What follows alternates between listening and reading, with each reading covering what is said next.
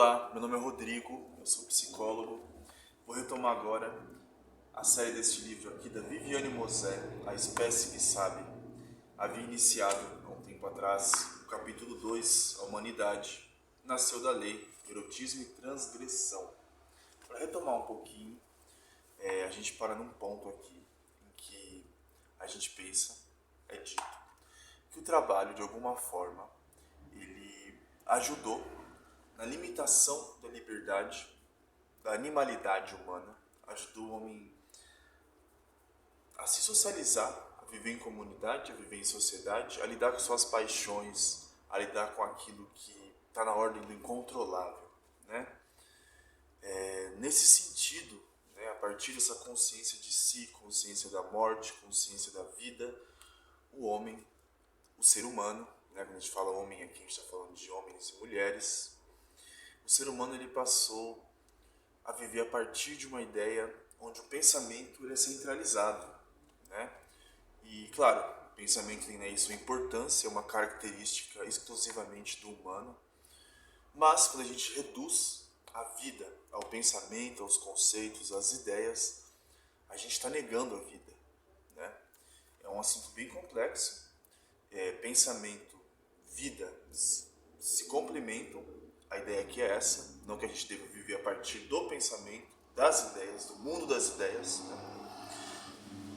E vou retomar agora aqui, né? Na página 35 do segundo capítulo, no último vídeo sobre essa série, como eu havia dizendo até agora, a gente falou sobre esse jogo entre a satisfação e a privação com os desejos, com relação aos desejos que vai construindo esta humanidade, da qual nos orgulhamos, dar vazão à sua potência natural, mas também contê-la, dirigi-la, como um modo de ordenação e ao mesmo tempo de potencialização dos gestos. É o desafio, né? É um dos nossos desafios enquanto humanidade. Além do trabalho, um outro fator fez com que os seres humanos saíssem de sua primitividade inicial. Ao mesmo tempo que começavam a trabalhar ordenadamente, impuseram a si mesmos restrições, quer dizer, proibiram a si mesmos determinadas situações e atitudes. Como vimos, essas proibições inicialmente diziam respeito aos cuidados com os mortos, dar um tratamento diferente ao corpo morto, não profanar os cadáveres, não os deixar à disposição dos outros animais, foram restrições que marcaram nosso processo de humanização. Esse cuidado com os mortos, essa consciência da morte, ela impulsiona o ser humano a viver, a se organizar, a sonhar, a pensar, a se limitar. Mas é possível que ao mesmo tempo tenham surgido restrições sexuais, proibições ao exercício livre da sexualidade, sobretudo sobre a sexualidade, os documentos são mais recentes e imprecisos, mas tudo leva a crer que o sexo foi um dos primeiros gestos a serem limitados. Em geral, nos relacionamos com as proibições como uma imposição externa, desnecessária e sem sentido, ou com o propósito único de nos controlar e diminuir. Vemos neles um mecanismo exterior que se impõe à nossa consciência, como se a natureza humana, sozinha, livre de amarras morais, fosse em si mesma ordenada ou harmônica. Ilusão, né? Uma ilusão achar que o ser humano ele nasce pronto, com a moral pronta, nasce para isso, nasce para aquilo. Esse é um pensamento reduzido e que pode colocar o ser humano aí em apuros quando se diz do entendimento de sua complexidade, de seus problemas, de suas limitações. Não é assim, né? Aquela ideia, o ser humano nasce bom ou nasce mal? O ser humano só nasce, né?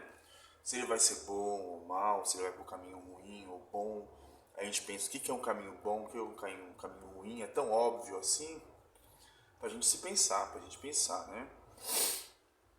Pois é, mas tudo acontece bem ao contrário. Se não tivéssemos aprendido a controlar nossas paixões, não teríamos desenvolvido cultura, pensamento, linguagem, porque seríamos engolidos pelos ciclones de imensidades que nos atravessam e dominam. E estão aí, né? Eu penso agora aqui no inconsciente, no nosso lado inconsciente, nossa parte inconsciente, aquilo que a gente não controla, aquilo que pouco chega à consciência, aquilo que precisa ser contido, muitas vezes atravessa a gente de uma forma, vira um sintoma, vira sofrimento, mas pode virar outras coisas também. Não é só sofrimento, sintoma que a gente está falando, né? A condição para a constituição de um si mesmo é a adoção de limites. Por isso a consciência da morte é ao mesmo tempo o nascimento do indivíduo, ou seja, de um ser que se distingue da espécie. Sem as proibições, o humano não teria alcançado a clareza e a distinção necessária ao desenvolvimento do pensamento consciente, e esse é o espaço propriamente humano. Se os outros animais são movidos em grande parte por instintos, por ações pré-determinadas, os seres humanos, ao contrário, nascem muito mais indeterminados. Acabei de falar disso aqui, né? E aqui tem uma nota de rodapé. Eu acho que é interessante a gente ler nota de rodapé. Nota de rodapé não é só enfeite. Pelo contrário, nota de rodapé nos orienta aqui na nossa construção de pensamento, nossa construção de ideia, de reflexão. Vamos ver o que diz aqui essa nota de rodapé. A relação entre os seres humanos e outros animais não pode ser abordada em termos de oposição entre instinto e inteligência, diz o paleantropólogo Leorin Gorham, mas entre dois modos de programação que estão em continuidade. Na verdade, são dispositivos cerebrais muito distintos. Mesmo no caso dos animais invertebrados, como abelhas e formigas, podemos conceber um sistema no qual existe a possibilidade de uma certa escolha entre impressões tidas como equivalentes. E no caso do humano, a possibilidade de escolha não é assim tão ilimitada. Uma parte significativa de sua atividade é instintiva. Os dons intelectuais e físicos geneticamente adquiridos, por exemplo, são correspondentes dos instintos animais. Em outras palavras, não há uma oposição, um momento de ruptura de outras espécies em direção à espécie humana, mas uma continuidade. Os seres humanos têm uma estrutura mental mais complexa e mais aberta, que lhes permite uma indeterminação maior e maior espaço que podemos chamar de escolha. A consciência, que nasce com a linguagem e se instaura como uma instância de avaliação, é uma exigência da ampliada capacidade que o aparelho mental dos seres humanos permite. Por que a gente... É uma pergunta, né? Por que a gente fala? A gente podia não falar. Será que a gente tem consciência, noção do quanto o fato da gente poder falar e nomear as coisas determina, ou melhor, indetermina aqui nossos caminhos enquanto cultura, sociedade, família, círculo de amigos, pessoa, trabalhador, amante, seja lá o que for, né? A consciência que nasce com a linguagem e se instaura como uma instância de avaliação. Os animais não humanos, né? Nós somos animais também. Eles não podem fazer isso. A gente não pode dizer que um animal pensa porque ele não fala. O registro que a gente tem do nosso pensamento é muito observado pela linguagem, pelas significações da linguagem, o que cada palavra significa, para que serve. Geralmente não é só um sentido, há duplos sentidos, triplos sentidos talvez, e a ideia de que a palavra em si também não é natural, já disse aqui, né? Não aconteceu um momento do ser humano olhar para aquele satélite lá, a Lua, e falar, aquilo ali é uma Lua. Não aconteceu isso. Não tinha como a gente olhar para essa mão e falar, isso aqui é uma mão. Todas essas dimensões da linguagem foram criações. O ser humano se entender o mundo, criar regras, criar limites, criar transgressões. Então, é um fator muito importante. E como está dizendo aqui nessa nota de rodapé, o pensamento humano, essa complexidade do pensar humano, a consciência, ela não é um momento de ruptura com a natureza como um todo, mas uma continuidade, uma direção diferente para a nossa espécie, né? Esse é um detalhe que parece mínimo, mas é muito importante para a gente seguir aqui nosso raciocínio, não é? Os seres humanos nascem muito mais indeterminados, mas eles devem construir para si mesmos essas determinações como condição de manutenção e expansão de suas vidas. Mesmo nas religiões, há restrições, há regras, né? Quando eu falo religião, a gente está pensando em criação humana. Não estou dizendo aqui ou questionando nenhum tipo de fé. Mas religiões são criações humanas. As religiões impõem limites, regras, ideias, imperativos e há várias consequências de como isso transborda para o resto do mundo. Só um exemplo, né? Foi somente sustentando provisoriamente a satisfação dos desejos imediatos que a humanidade conseguiu desenvolver o pensamento. Mas, ao mesmo tempo que o limite permite conter, organizar, definir, ele também nos lança para o ilimitado, nos faz perceber o excesso, o infinito. Se eu, como indivíduo, sou este contorno, este limite, então o que não sou eu? Olha só, já que eu sou isso, o que eu não sou? O que está fora de mim é a totalidade, o excesso, o infinito.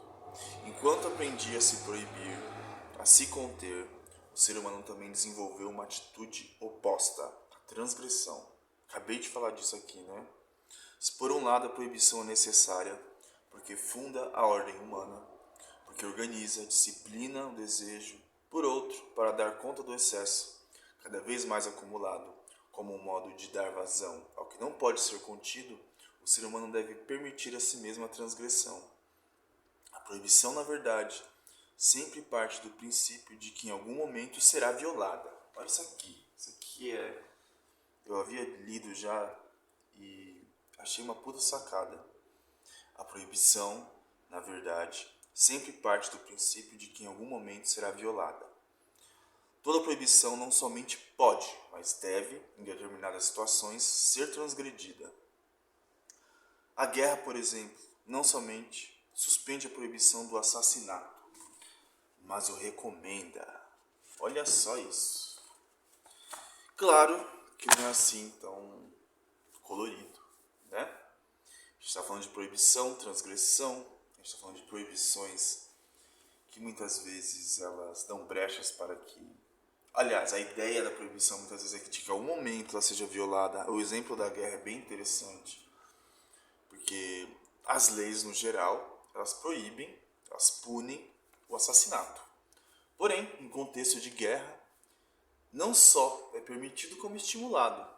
E a gente vê como a gente vive num mundo de contradição e que depende muito de quem está interessado em o quê, quem serve ao quê e por qual razão se faz, seja o que for, né? Muito amplo isso, né? A gente fica pensando também na ameaça de punição, sempre quando uma lei, uma proibição é ameaçada de ser violada, né? E a gente pode ir para muitos lugares, muitos lugares. Penso particularmente na questão das drogas, né? Que é um assunto que muito me interessa, com o qual eu estou me especializando, trabalhando, estudando, que é a proibição. Se você proíbe, você estimula, você aguça a curiosidade. Né? Não estou falando aqui que a gente deve incentivar, mas a ideia de proibição, ela não só é ineficiente, como ela estimula a transgressão, como está sendo dito aqui, não é mesmo? Para se pensar, né? Para se pensar em muitas questões aí, né? Uma ideia bem rica, bem ampla, bem densa, que a gente vai continuando vendo aqui com a Viviane Mosé, a espécie que sabe do Homo sapiens, a crise da razão.